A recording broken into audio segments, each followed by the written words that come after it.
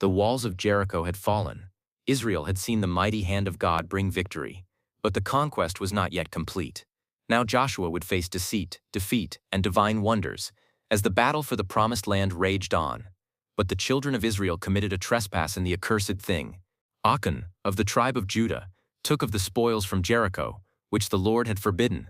So when Israel went up against Ai, they fled before their enemies, and 36 men died. Joshua praying, O Lord, what shall I say, when Israel turneth their backs before their enemies? And the Lord said, Israel hath sinned. Achan said, Indeed I have sinned against the Lord. I coveted and took them.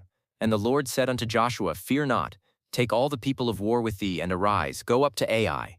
And when the men of Ai looked back, behold, the smoke of the city ascended up to heaven. And Joshua built an altar unto the Lord in Mount Ebal, and wrote upon stones a copy of the law of Moses.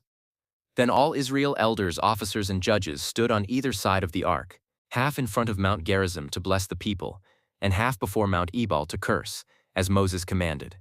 When the inhabitants of Gibeon heard what Joshua had done, they acted craftily. Gibeonites said, We come from a far country. Now therefore make a league with us. And Joshua made peace with them. But they asked not counsel at the mouth of the Lord. Joshua, ye shall be hewers of wood and drawers of water for the house of my God. When 5 Amorite kings rose against Gibeon, Joshua went to battle. And the Lord said, Fear them not, for I have delivered them into thine hand. The Lord cast down great stones from heaven, and more died from hailstones than by the sword. Joshua lifting hands to heaven. Sun, stand thou still upon Gibeon, and thou moon in the valley of Ajalon.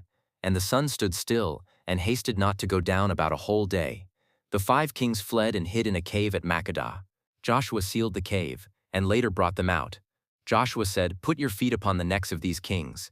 Be strong and of good courage, for thus shall the Lord do to all your enemies.